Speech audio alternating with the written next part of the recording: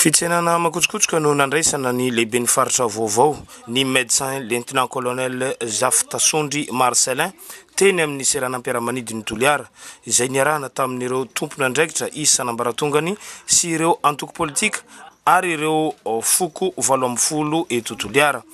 Tantara tsy ho voahosoka eo amin'ny tantaran'ny firenena izao androany izao no ny fanendrena ny lehiben'ny faritra vaovao tamin'ity republika fahaefatra ity hoy ny filoha levitry ny antemneram-pirenena. Tsy hoe no fidinareo zahay nanotandrena rano dia hahavita samby reny fa izao sianao no hahavita ty firenena ity. Eto zahay dia misaotra aminareo fitondram-panjakana. Vonina ny hiara-miasa amin'ireo ankolafikary rehetra kosa ity lehiben'ny faritra vaovao ka nanoritroritra ireo sorotr'asa fohy ezaka ho fampandrosoana an'ity faritra Antsimo andrefana ity. Eo amin'ny sehatry ny fandriam-pahalemana izay fototra voalohany fampandrosoana.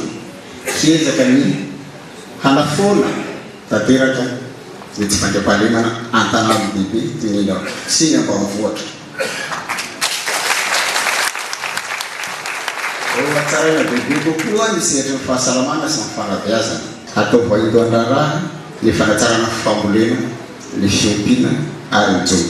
Tsy hadino ny fanamafisana ny araka amin'ny kolikoly.